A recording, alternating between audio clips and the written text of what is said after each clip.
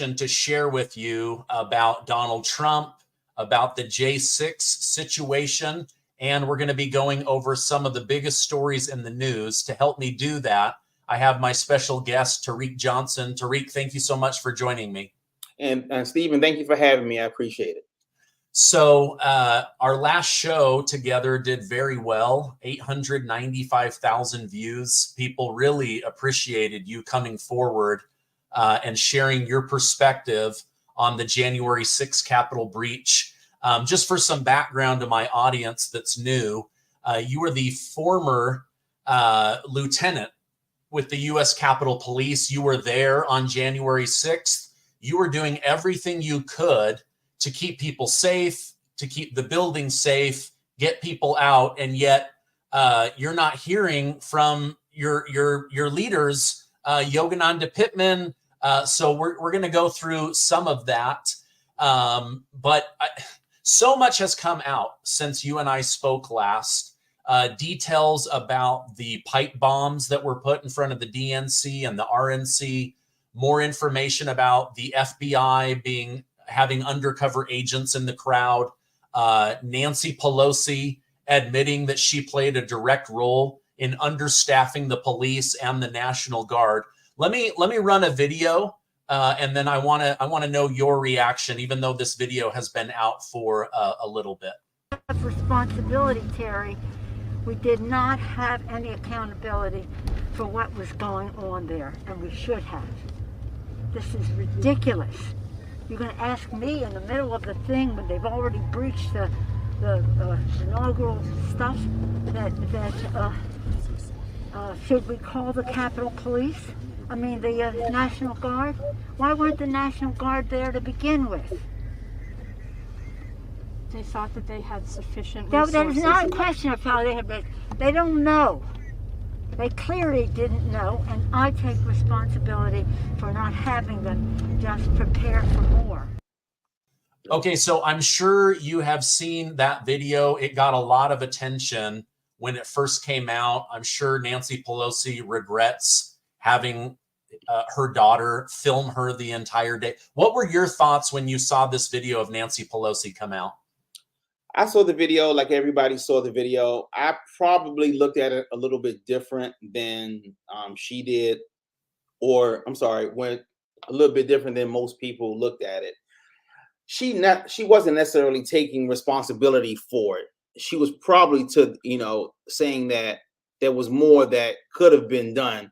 Obviously, she's the Speaker of the House, so her saying that she wants this or she wants that is going to have influence over the House Sergeant at Arms, even the Senate Sergeant at Arms, and definitely the Chief of Police. The problem with what occurred on that day was it was a lack of intelligence. So no, we were not prepared that day. And the problem was that Chief's son, he didn't get the intel that a lot of the issues that occurred that day was going to happen. We knew prior to that, but you had two people for the most part on the Capitol Police. And when I say two people, I mean the leaders of the Capitol Police who had that intel, because information is pushed up it's down from the analyst level up to the command staff level.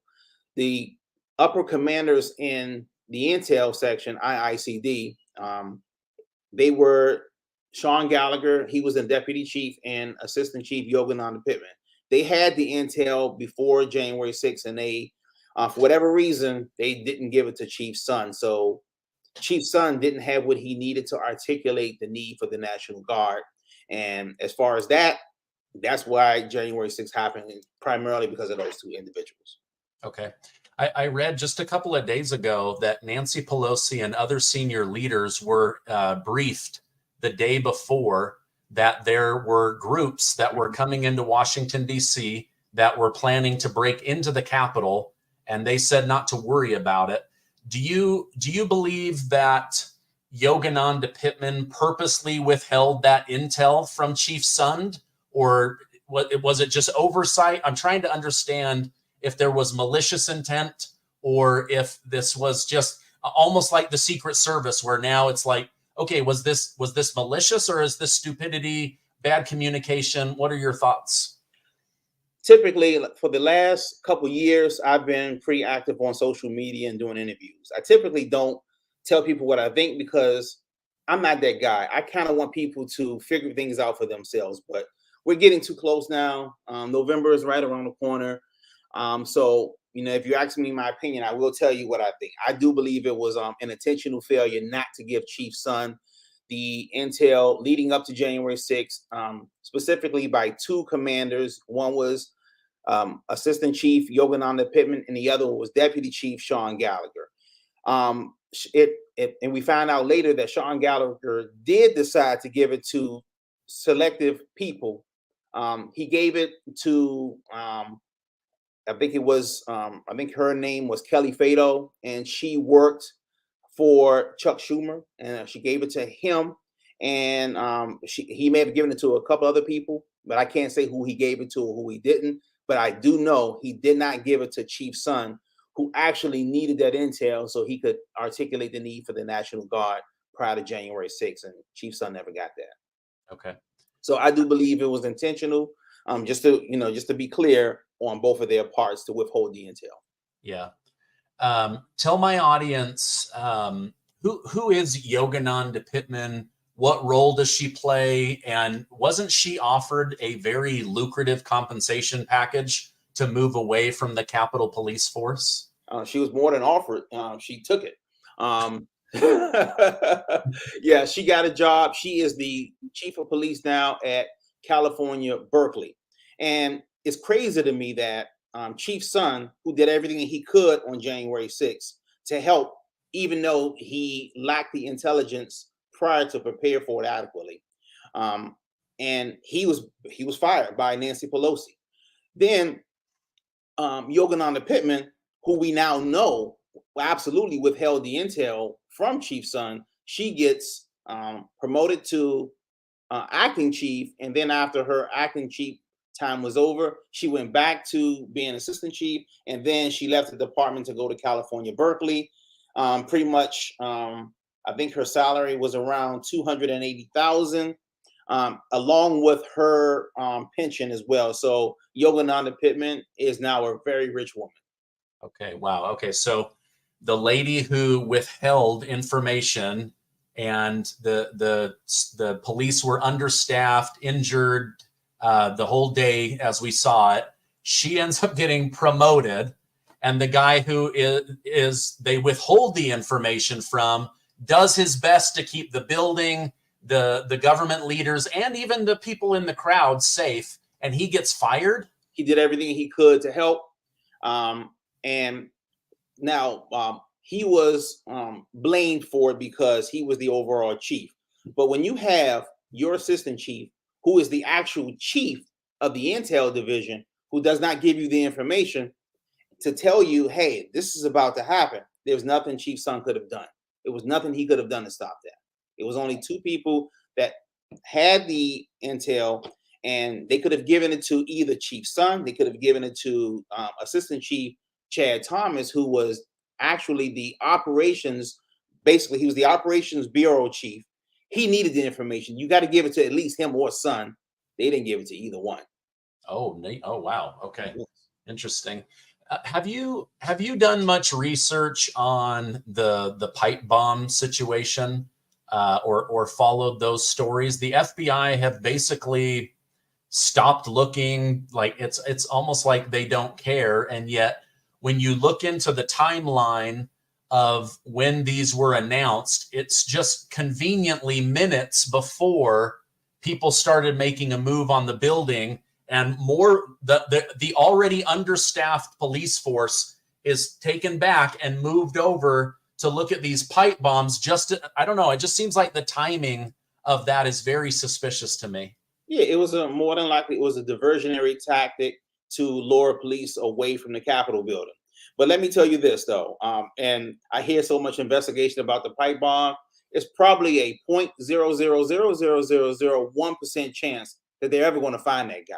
So we can keep looking, but it's unlikely that they're going to find that guy. But what we can do is talk about the intelligence failures and to actually do an effective investigation as to whether it was just incompetence or if it was an intentional failure. Yeah. Okay, so let's go back to that day. People are coming into the building, and I believe you are trying to radio somebody above you or Yogananda Pittman, and they go silent, and so then you just have to start taking action. Help my audience understand that day for you. Yeah, so just to give a quick briefing of that day. So I was a lieutenant. I was a lieutenant at the time. That was my rank, and I was in charge of routine operations while they were counting the electoral vote. So that was my job. I was in charge of the Capitol, routine operations wise. So when I hear the breach over the radio of the West Front, I go outside and I run outside and I see, the people out there, and I see the fighting, and I see, it was no organization out there. So I was trying to radio for help, so we can try to develop a plan, what to do. And I called for Yogananda Pittman at the time because I heard her voice, so I knew she was in the room. Later on, I find out that Chief Son was in there, but I understand what Chief Son was doing. Chief Son was actually calling, and he actually got us help. There were 17 agencies that responded to the Capitol, not Capitol Police, and so he was the person that got us that help. So he was doing something. I found out later that Sean Gallagher, who was the deputy chief, who also had the intel along with Pittman, and he didn't do anything, and he offered no help during the breach of the Capitol. So when I was begging for help and I realized that I wasn't going to get any, I just made the decision to evacuate the Senate, and I made that call around 2:28. And maybe 8 minutes later, so that would be around 2:36, I made the decision to call for the evacuation of the house. So, and when I say we, I mean the actual officers there, because they did an outstanding job, and we got everybody out safely.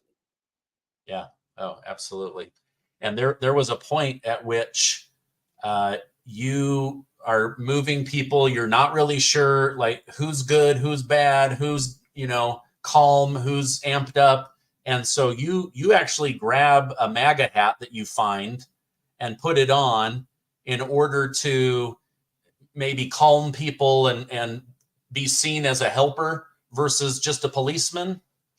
Basically, so after the evacuations were done, there was a situation that was occurring on the east front of the Capitol. So some of my officers had reported being trapped at the top of the steps at the rotunda. So when I went up to the top of the steps, I tried to retrieve them and bring them back down, and I was unable to do so. On my way down, it was a guy on my right side. He reached over. I didn't know if he was going to hit me or what, and he threw a MAGA hat on my head. And then he asked for the hat back, but I thought about it. I was like, I asked him if I could keep the hat because it could help me navigate my way through the crowd. And he wanted the hat back, but luckily there was another guy who was there, and he told me I could have his hat. So I don't know which hat I ended up with, but I ended up with one of the hats, and I used it the second time to get up the steps. And that's what I was ultimately suspended for. The Capitol Police, particularly Yogananda Pittman, would not make the announcement that it was me that called for the evacuations and led those evacuations, but they did punish me for the MAGA hat, for wearing the MAGA hat. They said I should have taken it off. But I believe that was the best thing to do in the situation. I don't regret it. I would do it again. Yeah, I think you deserve an award for quick thinking, the way that you handled people, protected the people in the Senate, the House, and also kept the people in the Capitol safe. The fact that they let you go over that is shameful and wrong.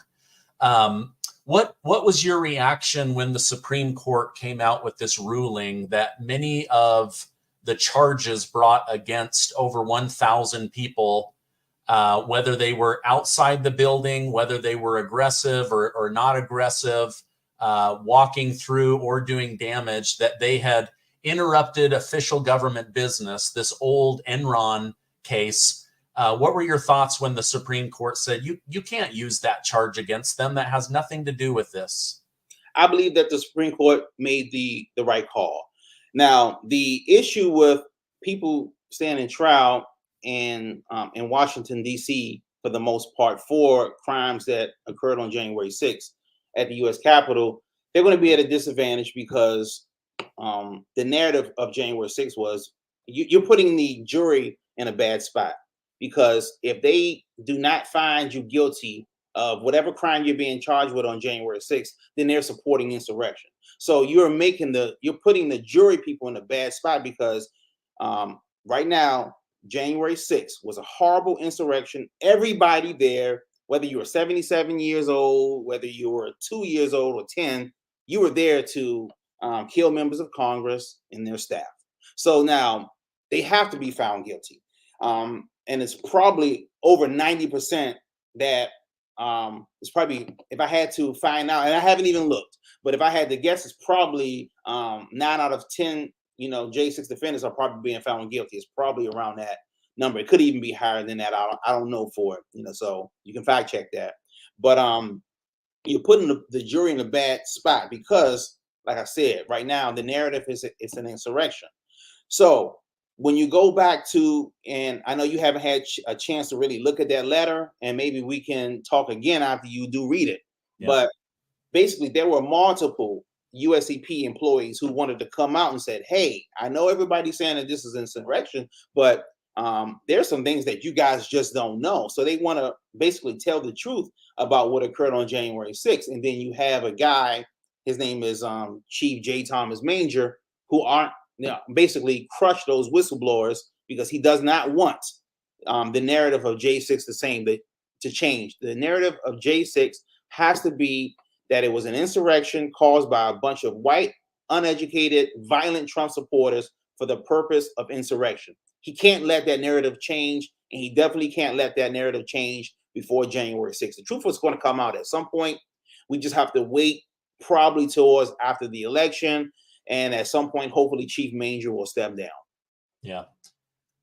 It's interesting that you say they use this narrative of white males trying to kill members of Congress and do this insurrection to overtake the government.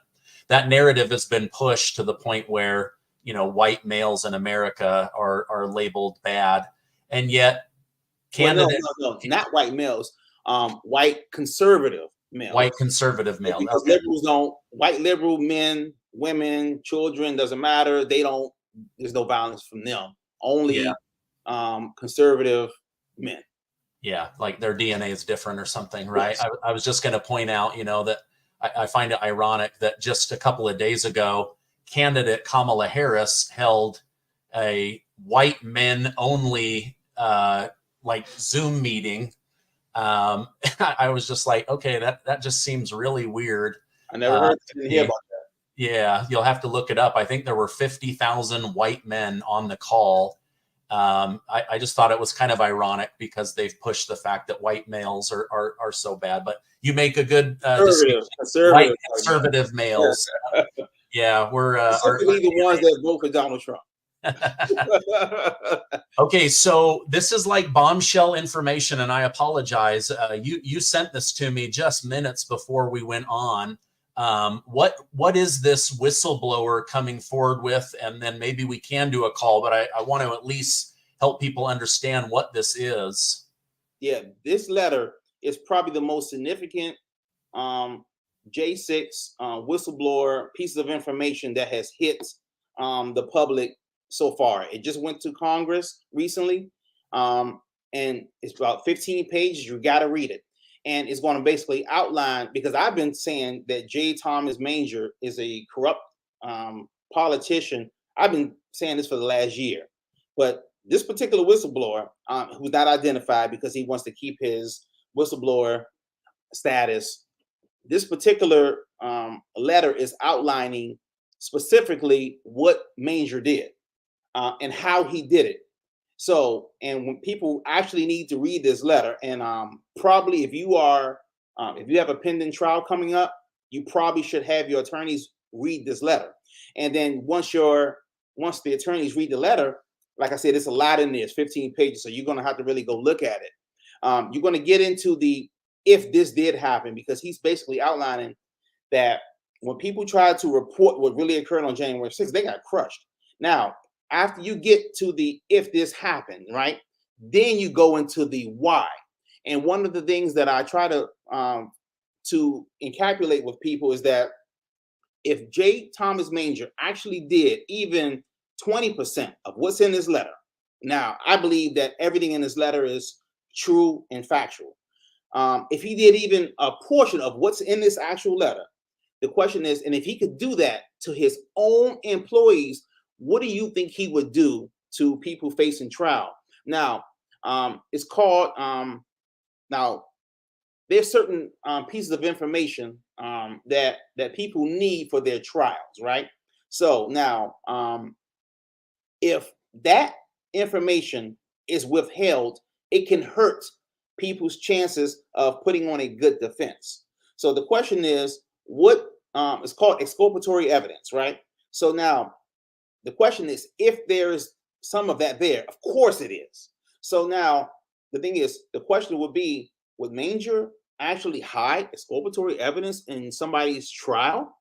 If he would crush his own employees, what do you think he would do to evil insurrectionists at the U.S. Capitol there for the purpose of insurrection? What do you think he would do to those people? It should be very easy. So the first thing that people really need to do is actually investigate the actual allegations made in the letter. And then if it's true, if any of these allegations are true, now you got to find out the why. Why did he do this? Yeah, no, I'm gonna link that down below for my audience. Let's get as many people reading that as we can, because if they're, I mean, we already know that the J6 committee put together by Nancy Pelosi, they've destroyed evidence. If this guy is withholding evidence, they really are rigging the system against these people. And I've had several J6 defendants come on the program. And so I'll be sharing this information with them as well. So thank you so much for bringing that to our audience's attention. I wanted to just switch gears for a second. You are very connected to the Washington, D.C. area. Recently, a group of pro-Palestinian protesters heavily vandalized Washington, D.C. They spray painted anti-Semitic insults and threats on statues, monuments, walls, sidewalks, buildings. They beat police officers, started fires, removed the American flags and replaced them with Palestinian flags, and then burned those American flags. Yet within days, their charges were dropped. So what are your thoughts on that? And is there a two-tier justice system? Well, you can't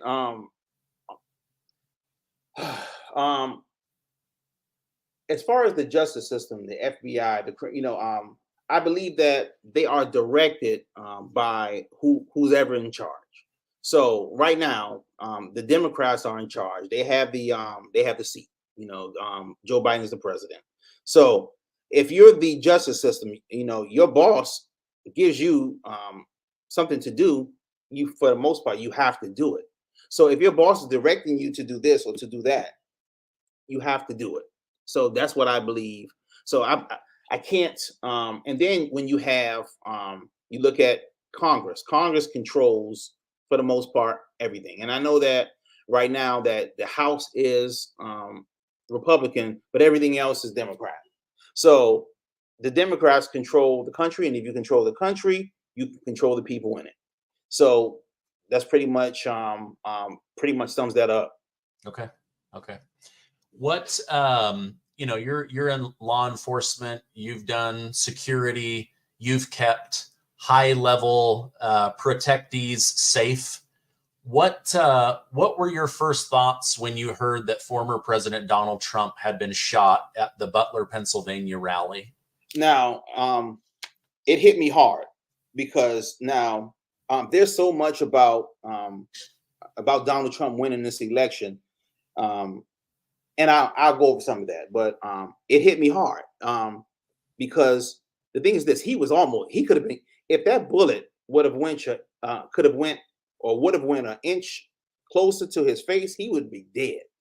So, and now we hear all the fallout as far as that his security team was dumbed down. And when I say dumbed down, I don't mean the agents were dumb. I mean that he didn't have a high level of security to where he should have had.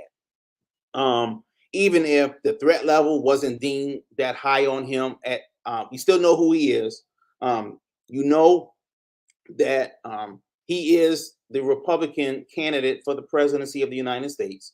So I believe that he should have had a better security apparatus protecting him.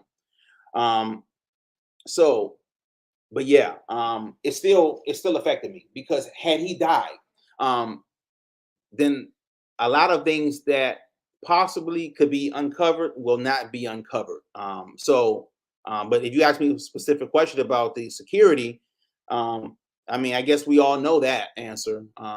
We saw, I don't know if you watched the congressional hearing with the former Secret Service director. I watched that. I listened to what she said. I mean, she quit. She resigned. Yeah. I mean, so that tells you right there. But I will say this: I respect her for resigning. She realized that it was probably the best thing for her family, and the country for her just to step down, and she did.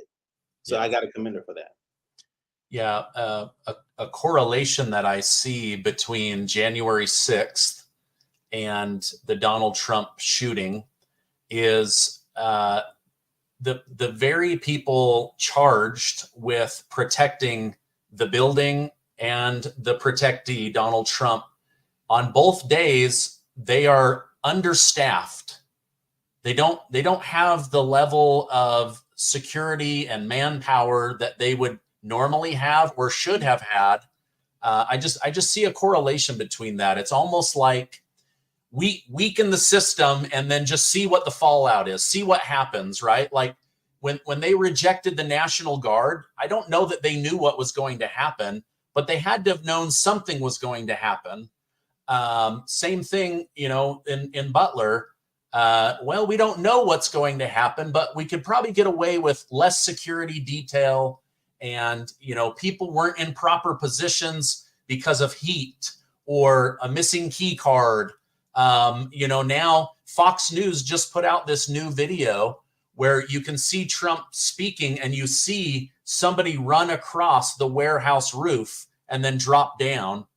And so, I mean, more and more needs to come out. I believe that we're going to get to the truth of this, or at least I hope that we're going to get to the truth. But I had the same reaction. I was very affected by it. I was like, oh no, gosh, I almost had to report on a former president having his brains blown out in HD television on live TV.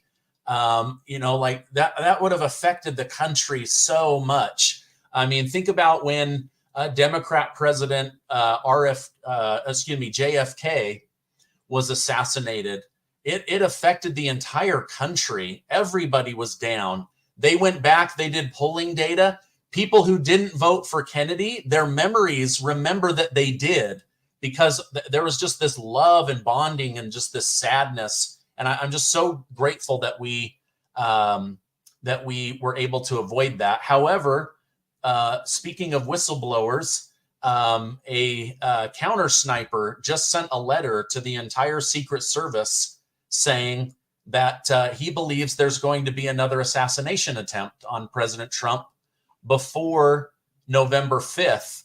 Do you think that they're going to be hyper aware of the fact that they need to protect him, or do you think there might be any truth to what this counter sniper is worried about? When I saw that, because I just found out about that, it hit me. That hit me because Trump, they're absolutely going to try to assassinate him again. Trump has to die. There's no question. If Trump gets elected president, if he starts doing investigations as to like what really occurred on January 6th, people are going to jail. So they need Trump dead.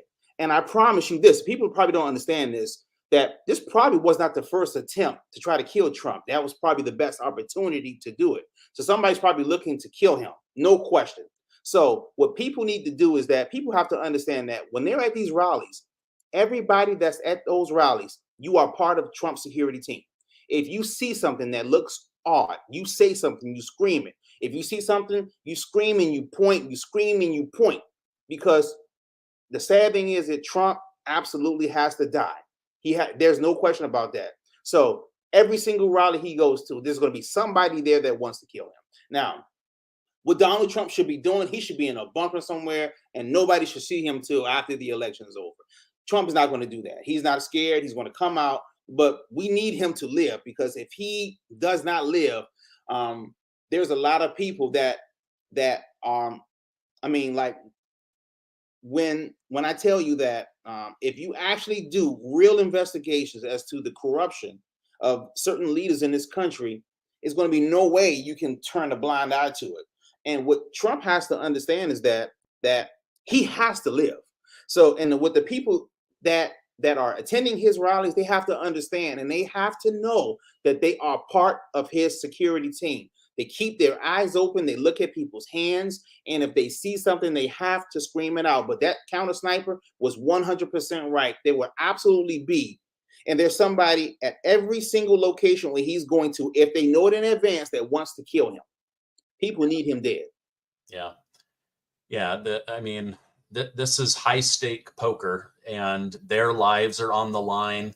You know, I have to imagine, you know, Chuck Schumer, Nancy Pelosi, many big names, like they do not want him coming back. They have such bad feelings towards him. Mm-hmm. You know, he threatens to end these wars that the military industrial complex wants. There's just so many things that he could do in a second term that I believe has them terrified. And so they will do whatever they can to beat him or to remove him or kill him. So hopefully he stays safe. But like you say, he's trying to show courage. He's going back to Butler, Pennsylvania for another rally. He just told the Secret Service, I'm going to continue to do outdoor rallies because I'm for the people. I'm not for being afraid. So on the one hand, I commend him for his courage. On the other hand, my gosh, I do not want anything to happen to this person. He is a valuable asset for the future of this country. He's more than that. So he's literally, and I'm not trying I don't want to sound like a crazy conspiracy theorist, but I had a conversation with, at the time was a ardent Biden supporter. I'm talking about riding with Biden. It doesn't matter. Biden could have came in the back door on a horse wearing a white hood and busting through the door. That person still was going to vote for Biden no matter what. So, and I had, obviously you probably can tell that I'm a black guy. So most of my family are liberal Democrats. I'm talking about like almost everybody. We had a couple of Republicans that recently came out the closet, and we talked because they already know that I'm out, and they came and confessed, yes, I'm voting for Trump, and yes, I've switched. Some of them actually did it. They actually changed their voting registration. But okay, so this is the thing. This is why Trump has to win the election, because if you ask a lot of Republicans, they do believe the election was stolen. They do believe it. And because I actually worked as a contractor for the DOJ. Actually, after I left the Capitol Police, I went to work. I was actually at the DOJ. So when I was standing post, I would just randomly ask people, "Hey, do you believe the election was stolen? Do you believe the election was stolen?" And they would say, absolutely, the election was stolen. And they would start breaking it down as to why it was stolen. I worked with Capitol Police officers. Even on the day of January 6th, I was talking with another lieutenant, and he was breaking down why January 6th. How the election was stolen. And I was like, wow, he was breaking it down to me. He was a lieutenant who voted for Trump. So there are a lot of people now, I found out, that do believe the election was stolen. Now, if you go to the other side and you ask liberal Democrats, do you believe the election was stolen? No possible way. It's impossible for the election to have been stolen. So my thing to them is this: if Trump wins, it's going to give a lot of people peace because they will have confidence and trust in our voting system. But if the Democrat now Harris, if she wins, then what do you think? You think the Republicans are going to believe that the election wasn't stolen? Because if Trump wins, you as a liberal Democrat, you are going to believe Trump won fair and square. So now the entire country has a calm because the entire country believes the election could not be stolen. So that helps the country. Trump winning right there with that, just with that alone, helps the country. And then when you go talk about the people that are dying, and people are dying over there in Russia over, in this war, Ukraine. They're dying over there, but they don't report that to the news, because if you saw the kids and everybody that's dying, if you saw that on the news, people were like, oh my God, we got to end this war. But they're dying over there. So Donald Trump wins this election, the war is over, people live. So I promise you, there are people over in Russia, people in the Ukraine praying to God Trump wins, because they know that this war is over. So for the lives of children overseas, their parents, we need Donald Trump to win. To have real election integrity, we need Donald Trump to win. And by God, if inflation goes down and interest rates, I can refinance my house, because I can't refinance it right now because the interest rates are too high. So yes, I want Donald Trump to win for just some of those reasons I just named. So he has to win the election. Okay, interesting. I noticed in your bio, the first time you and I spoke, you were like, listen, I'm not for Trump, but I want to tell the truth, right? Mm-hmm. And now I see this shift in you. Your Twitter bio says, left the Democrat Party, ... Trump 2024. I'm seeing a lot on the internet of the Black community, specifically Black men, coming out and saying, you know what, I am done with the Democrat Party. I want to support Donald Trump. Not everything that I have been told growing up is the truth. Not all of it is a lie, but why do you think there is a larger percentage of the Black community that is saying, wait a minute, maybe giving Donald Trump a chance is the right move? I can easily answer that question, but I want to go back first and talk about me. I voted for Trump in 2016. Okay. And then, Stephen, when I tell you I got beat up, so now when the election was in November of 2016. I got promoted to lieutenant in June of 2018. So I got transferred to the Capital Division day shift. So I was the junior lieutenant in the office. So it was about 4 other lieutenants in the office, and they kept the channel on C-SPAN. I'm sorry, not on C-SPAN, on CNN every day. So for 8 hours a day, sometimes more, all I got to watch was CNN, and you know what they talked about on CNN. And then I had people texting me. You hear what Trump said? Did you hear what Trump said? And they just beat him up. How could you vote for Trump? You're a Black man. I got beat up for years. And then I couldn't wait to 2020 so I could vote for Biden. But even though I love Trump's policies, but I was like, well, maybe I was wrong. Maybe I shouldn't have voted for Trump. And then I voted for Biden and Harris. And then after the election, then after January 6th, and then I started to find out, because Trump would always say the news was fake, and I didn't believe him. And he said, news is fake, it's not real. And then because it was me who evacuated those chambers, CNN, all those radio stations, on television stations, they know it. I spoke to one, and I even tried to tell them, listen, I can prove this happened, I can prove that happened. But they didn't want to print anything that would bring anything positive to Donald Trump. That's why they would not. I was like, but listen, I got audio tapes. I can prove it wasn't Trump. And they said, well, maybe we'll take a look at it. I said, listen, I'll fly down to you and at my own expense to show you that it wasn't Donald Trump that caused the insurrection. So that's when I realized that Trump was telling the truth the whole time. And if it wasn't for Trump, I would not have known that the news, mainstream media, was not real. And I didn't know. So then because of Trump, I learned to do my own research. So Trump changed my life. Trump changed my daughter's life, because now I get to teach my daughter that don't just look at the news, mainstream. You look at it for entertainment purposes only. So that's my Trump story. So now I supported Trump for a long time. After January 6th, I just didn't want to tell anybody, because I said, if I tell anybody, my coworkers are going to get angry with me, and some of them totally disowned.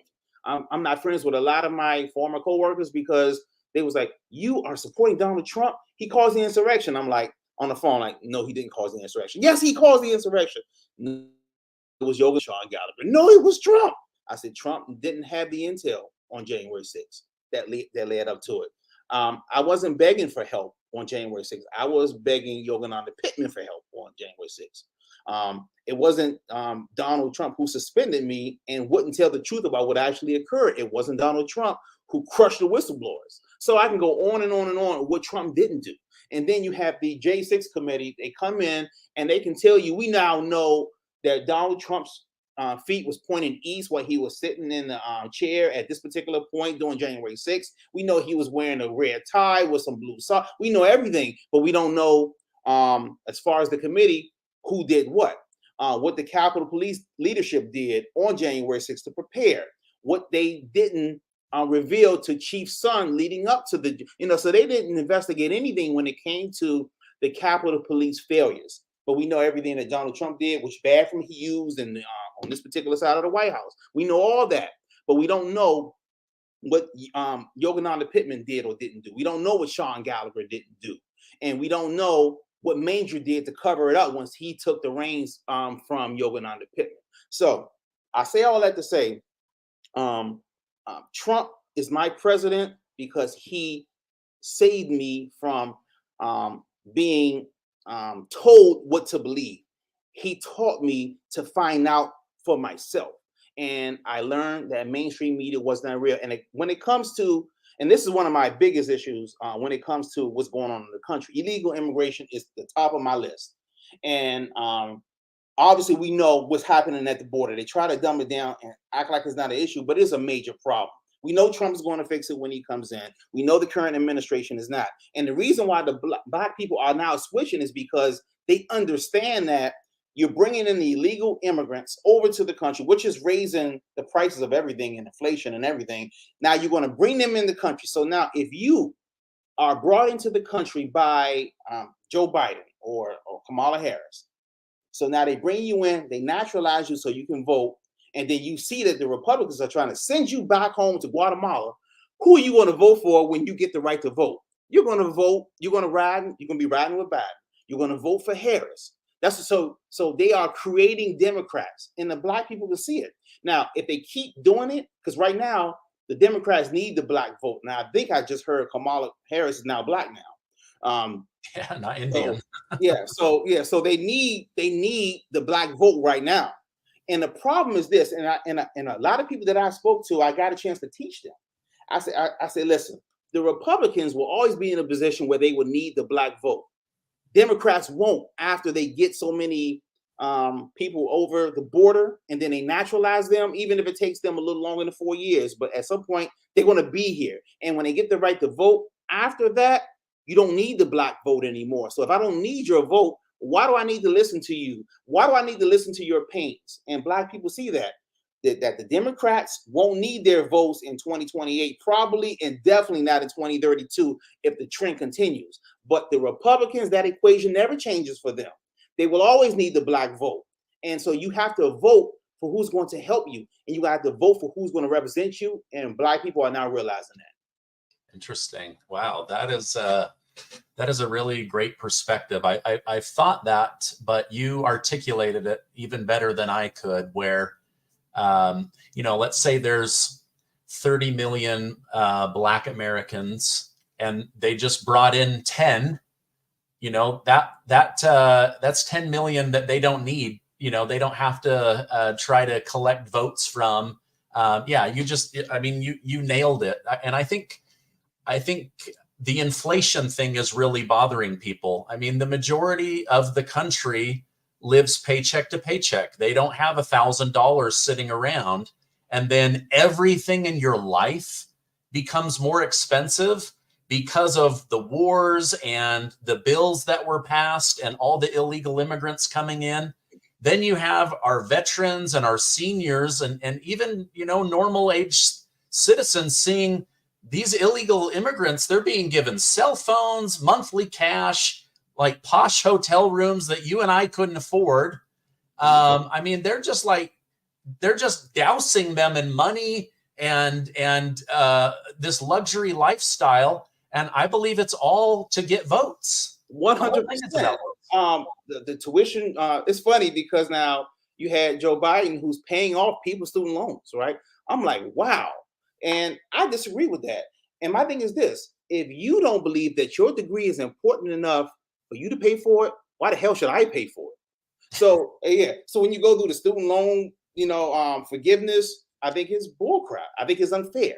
I think that, and it's funny because I was reading somewhere where that in certain places at the southern border, when you come over, they're giving you credit cards, like prepaid credit cards, right? Do you know that they said some of the illegal immigrants are going back over to their country and coming back again to get another credit card? This is insane. But I tell you, this is real. This is real. Wow. I'm totally a fan of closing off the border and not bringing all these illegal immigrants. And don't get me wrong, right? I have no issue with, people of a different nationality. But the thing is this: if you allow people to come in illegally, you are telling people that it's okay to commit a crime. You're telling them it's okay. And what about the people who do it legally? So, well, you know what? I'm going to go ahead and file my paperwork, and I'm going to go ahead and submit it, and I'm going to wait to get into the mail. And then it said, no, you've not been approved. I'm not getting in. But what I should have do is just grab my kid, throw him in a backpack, and climb over the wall. So that's what you're promoting. That you're telling people that the best thing to do is to commit a crime, and I'm not with that. Illegal immigration, I have an issue with. Legal immigration, I'm a fan for that. Yeah. I mean, I see in my comments section so often older Americans that are like, I worked my entire career and these people are getting more money than my Social Security. I mean, I don't know if your mother is still with us or not, but I mean, imagine, she's raised incredible children. She's done all this stuff. And then someone who's been in the country for 5 minutes gets more benefit from the country than she does. I mean, it's insulting. It's absolutely insulting. It's embarrassing. It's painful that you can fight for your country and then you can watch somebody walk over here and get more money than you get. Yes, It's a shame, but I believe, like I said, immigration, the illegal immigration is my number one issue. So, I mean, for me, there are so many things that pointed to Trump. There is no other candidate for me. And yes, if Trump wouldn't have won the nomination, then I would have voted for probably whoever's was the Republican candidate. But Trump is the person who needs to win. He gives people hope. And when it comes to Trump, 4 years of being a politician versus how many years for Kamala Harris, how many years for Joe Biden. So they don't want Trump in because he is not going to adhere to the status quo. He's going to do what he wants. Now, I understand some of the people say, I can't stand. How can you? And they talk to me because I get this almost every day. How can you vote for Trump? How can you do this? Why I'm not going to tell you some of the names that people call me. But you can call me what you want, but I'm still voting for Trump 2024. But Trump is not going to adhere to the status quo. And a lot of people, and I think that, and I know some Black people are coming around because I've changed over 4 Black people who were voting. It was 3 for a while. I just hit my 4th one recently, so it's not going as quick as I thought. My goal is to get 10 people to change their vote from the Democratic to the Republican. So I'm at 4. I don't know if I'm going to get 6 more, but I'm going to try. I try every day, So my family, they tired of me. I was on a vacation a couple weeks ago, and my wife says, "Tarek, don't talk politics." I was like, I won't bring it up, but if somebody brings it up, I'm going to indulge. And one of my relatives and my wife was like, "Oh, Jesus Christ," But I went on my speech, and I didn't get anybody on that particular trip, but I'm up 4. So I'm happy with that. And this is one of the things I posted on Twitter, Stephen. I said, if every Trump supporter in the country just turned one Democratic voter to Republican for the 2024 presidential election, we win this election. So yes, I wanted to get 10, but I got 4. But if somebody, and maybe I helped 3 people, but everybody, even you, Stephen, and I hope you are voting Trump 2024. You have to do your best. Once we get off this air, I need you to turn somebody that's a Democratic voter who plan on voting Democrat in the presidential election or independent, because the independent vote, in my opinion, is the same thing as voting for the Democrats. So you got to turn one Democratic voter into a Trump voter. Can you do that for me? I can. Yeah. Okay, just give me one. And to everybody that's listening to this, hopefully we get a couple million people listening. Everybody can change one, and then we got this election. If everybody can do one. Yeah, absolutely. Amen. Your lips to God's ears. We got to get it done. So, well, I appreciate you coming on. This has been a great interview. I know that you have, man, you've been through a lot, and yet you're a strong individual, and you have had a positive effect on history. I see it. I believe other people see that as well. So I appreciate you. I know you don't do a lot of shows, so the fact that you came on my show again means a lot to me, and I believe it will to the audience. But thank you for coming on. Thank you for all you do. If people want to follow you online, where should I point them towards? Yeah, if you could post my Twitter handle when you do the interview, that would absolutely be of great help to me. And I'll just email it to you so you can have it, so you can just post it. Will that work? Yes. Yeah. I've already got it. In fact, okay. I'll just put a direct link. That way nobody has to search you. They can just get right to you. Thank you again for coming on, and I hope you have a great rest of your day.